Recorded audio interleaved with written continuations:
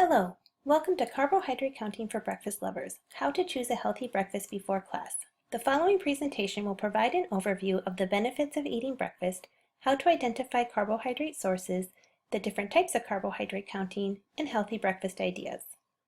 An excellent reason to eat breakfast every day is that it can help with your performance in school. Studies show that performance in school improves when we eat breakfast more frequently and design good quality breakfast meals.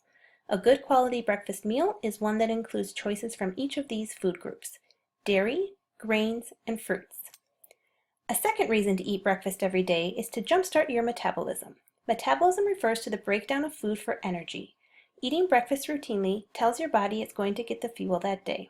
Just like filling the gas tank of a car, the body needs to be refueled consistently through the day so it can run properly.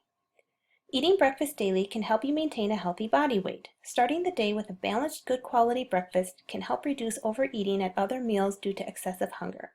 Breakfast is also a great meal to get a serving of fruits and dairy. Maintaining a healthy body weight will help prevent developing weight-related diseases during adulthood. Lastly, eating breakfast daily can help stabilize blood sugars. Sugar, or glucose, is the primary source of fuel for the brain and red blood cells. Therefore, stable blood sugars can also help you think, concentrate, and make decisions during the school day. Carbohydrate counting is a flexible meal planning tool that helps you understand how your food choices affect your blood sugar level. There are two ways to count carbohydrates: the carbohydrate exchange system and using the nutrition facts label to count the number of grams of carbohydrate. The first step in carbohydrate counting involves being able to correctly identify sources of carbohydrates. The primary sources of carbohydrates are grains or starches, like rice, pasta, bread products, tortillas, English muffins, crackers or potato chips, fruit, milk and yogurt, and anything with added sugar, like sodas, candies, or baked goods. After being able to identify carbohydrates, the next step is to decide how to determine the number of carbohydrates you will be consuming. This is where you can decide to use either the carbohydrate exchange system or looking up the number of grams of carbohydrates using nutrition facts labels or other resources. The graphic shown here depicts the carbohydrate exchange system. In the carbohydrate exchange system, one carbohydrate choice equals 15 grams of carbohydrates. Therefore, you need to know the serving sizes for the different carbohydrate choices. The items here each represent one carbohydrate choice, or 15 grams. They would each have approximately the same effect on blood sugars.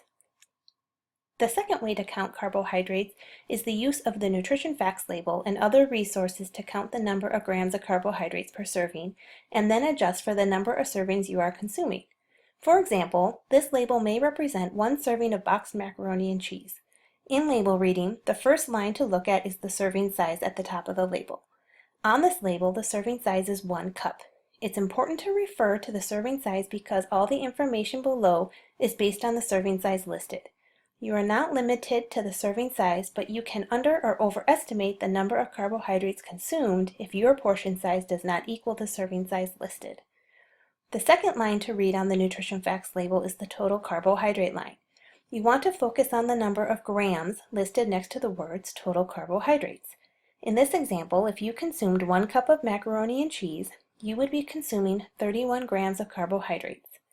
Notice that dietary fiber and sugars are listed under the total carbohydrate line but are not in bold. These numbers are included in the total carbohydrates and do not need to be counted separately. When a nutrition facts label is not available, and there are other resources to assist you in carbohydrate counting. There are books such as the Calorie King, Calorie, Fat, and Carbohydrate Counter, or smartphone apps like Carbohydrate Counting with Lenny or MyFitnessPal. The final step in carbohydrate counting is to add up all the carbohydrates to determine the total amount consumed at the meal or snack. The American Diabetes Association recommends 4 to 5 carbohydrate choices per meal and 0 to 2 carbohydrate choices per snack for men, and 3 to 4 carbohydrate choices per meal and 0 to 1 carbohydrate choices per snack for women. The next 2 slides are examples of 2 good quality breakfast options. The first example is a recipe for oatmeal. As you see, it contains 43 grams of carbohydrates, or 3 carbohydrate exchanges. This is an example for a breakfast on the go. It is a homemade breakfast sandwich with a side of fruit. There are also 43 grams of carbs or 3 carbohydrate servings in this example. In summary, there are many benefits of eating breakfast daily, including increasing performance in the classroom and maintaining good health. Carbohydrates are the primary fuel for your body, however, they should be consumed in moderation. Carbohydrate counting is a flexible meal planning tool to assist to creating good quality meals. There are two ways to count carbohydrates: the carbohydrate exchange system and using the nutrition facts label to count the number of grams of carbohydrates in food and beverages. Brainstorm a good quality breakfast that you plan to try and share it in the comments section below. Also, click the link to take a short SurveyMonkey quiz to test your knowledge after watching this video. Thank you for tuning in and bon appetit!